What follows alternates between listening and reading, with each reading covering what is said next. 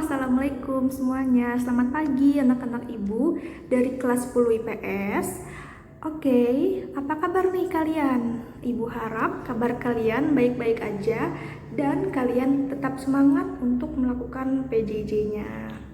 Hari ini kita akan belajar geografi bersama Ibu Asti dan pada hari ini kita akan membahas tentang prinsip-prinsip dan aspek-aspek dalam geografi. Oke, untuk memperjelas kalian terhadap materi, kalian silahkan cek PowerPoint berikut ini. Oke, semangat belajarnya semua. Kita mulai dari prinsip yang pertama, yaitu prinsip interrelasi.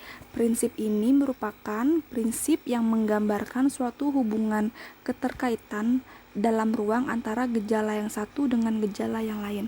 Contohnya, vegetasi pohon pinus dapat tumbuh subur di daerah dingin. Hal ini menunjukkan keterkaitan antara daerah dingin dengan pohon pinus. Selain itu, tanaman padi akan tumbuh baik jika ditanam di kondisi lahan yang cukup air. Nah, itu berarti ada keterkaitan antara tanaman padi dengan lahan yang cukup air. Selanjutnya ada prinsip deskripsi. Prinsip ini merupakan penjelasan mengenai gejala-gejala yang dipelajari oleh geografi. Nah, ini penjelasannya bisa dalam bentuk tabel, diagram, peta, dan lain-lain. Contohnya, tabel yang menunjukkan jumlah pengangguran di Jawa Timur. Nah, dari tabel ini didapatkan deskripsi dari pengangguran di Jawa Timur.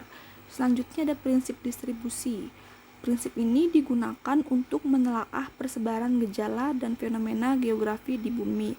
Contohnya persebaran fauna di Indonesia, persebaran flora di Indonesia. Terus contoh lainnya yaitu beberapa wilayah yang dilalui oleh sebuah sungai akan berbeda daerahnya. Misalnya wilayah di daerah hulu akan berbeda dengan wilayah di daerah hilir. Hal ini terkait dengan persebaran sungai-sungainya sehingga menyebabkan beberapa wilayahnya itu berbeda-beda sesuai pola sungainya. Nah, selanjutnya ada prinsip korologi. Prinsip ini menggabungkan antara tiga prinsip yang sebelumnya tadi telah kita bahas, yaitu prinsip interrelasi, deskripsi, dan distribusi. Contohnya dalam meneliti persebaran hujan, nah ini kan udah masuk ke prinsip distribusi.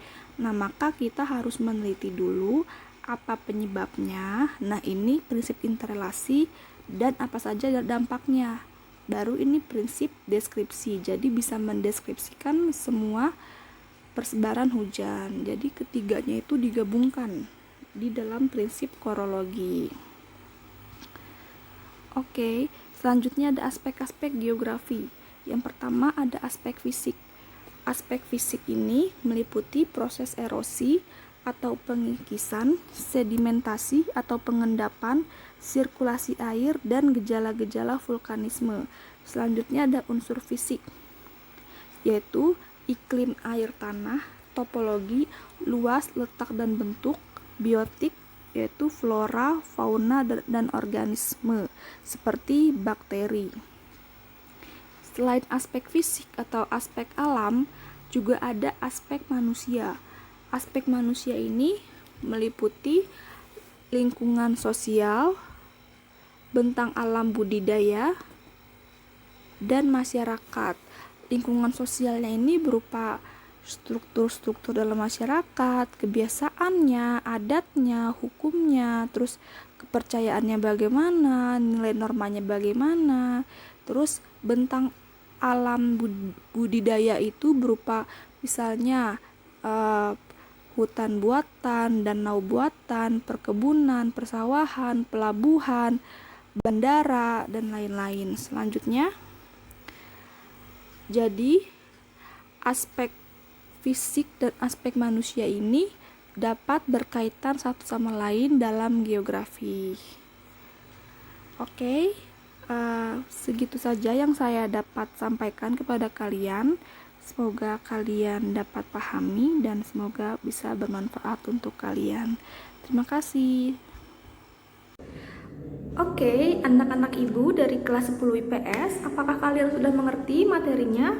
Jika kalian sudah mengerti, syukur alhamdulillah. Dan jika kalian belum mengerti, silahkan kalian bertanya di forum Google Classroom. Dan yang bertanya nanti akan mendapatkan nilai plus. Jadi kalian gak sia-sia nanya, udah dapat ilmu, dapat nilai plus juga. Oke?